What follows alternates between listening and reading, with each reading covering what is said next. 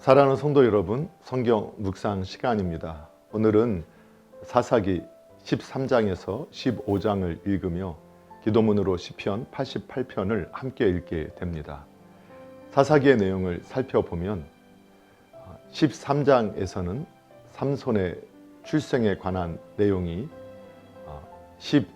14장에서는 삼손의 결혼과 실패에 관한 내용이, 15장에서는 블레셋과 싸우는 삼손에 관한 내용이 나오게 됩니다.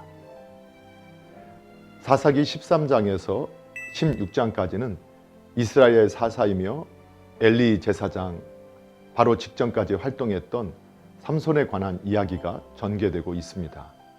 특히 13장에서는 블레셋의 진입으로 말미암아 공경에 처해 있던 이스라엘의 상황이 간략하게 서술되고 곧 이어서 삼손의 탄생 이야기가 자세하게 전개됩니다. 삼손은 특별히 그 출생이 미리부터 예고되었으며 날 때부터 나실인으로서 성별되었다는 점에서 예수 그리스도의 예표가 됩니다.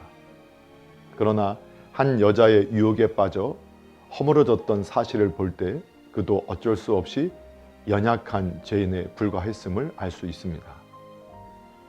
성경에 기록된 삼손의 생애는 다른 사사들의 생애와 비교해 볼 때 몇 가지 특이한 점들이 있습니다. 우선은 대부분의 사사들에 관한 기록은 그들이 명성을 떨치기 시작하는 시기부터 언급하고 있으나 삼손에 관한 기록은 아예 그의 출생부터, 아니 그 이전에 천사가 잉태를 알리는 시기부터 자세하게 언급하고 있습니다.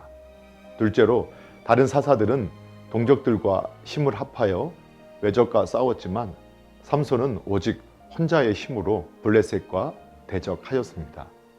셋째로 다른 사사들의 경우에 있어서는 그 대적자와의 전쟁 결말이 일방적인 승리로 끝나지만 삼손의 경우에는 엄청난 괴력에도 불구하고 블레셋을 완전히 제패하지 못했을 뿐만 아니라 그 자신이 비극적인 종말을 맞게 되었습니다. 이러한 점에서 다른 사사들과 다른 면모를 보인 삼손은 결국 하나님의 뜻에 충성을 다한 믿음의 사람이었지만 그의 약점으로 치명적인 실패를 겪기도 한 사사였습니다. 사사기 14장에서부터는 삼손의 본격적인 활동이 전개되기 시작합니다. 그러나 그의 활동은 우리가 기대하는 만큼 순조롭거나 성결하지 못하고 처음부터 온갖 난관을 거듭하며 파란만장하게 진행되어 갑니다. 블레셋 여인을 사랑했으나 부모의 반대에 부딪히며 또한 간신히 결혼하게 되었다가도 아내의 배신으로 헤어지는가 하면 사자를 죽이고 30명의 블레셋인을 죽이기도 하였습니다.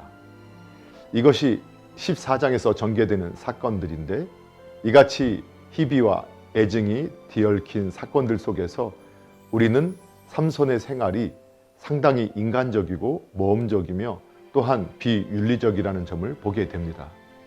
그렇지만 하나님께서는 그의 모든 결함에도 불구하고 그를 구원의 도구로 사용하시며 그의 모든 활동을 통해 이스라엘을 블레셋의 손에 건져내고자 하셨습니다. 이처럼 하나님의 구원 역사는 인간의 부족함에도 불구하고 계속되어 당신의 뜻은 반드시 성취되고야 만다는 사실을 깨닫게 합니다. 사사기 15장에는 삼손이 부하도 무기도 없이 오직 하나님의 능력만을 믿고 블레셋 사람과 싸워서 큰 승리를 거두었던 내용이 기록되어 있습니다.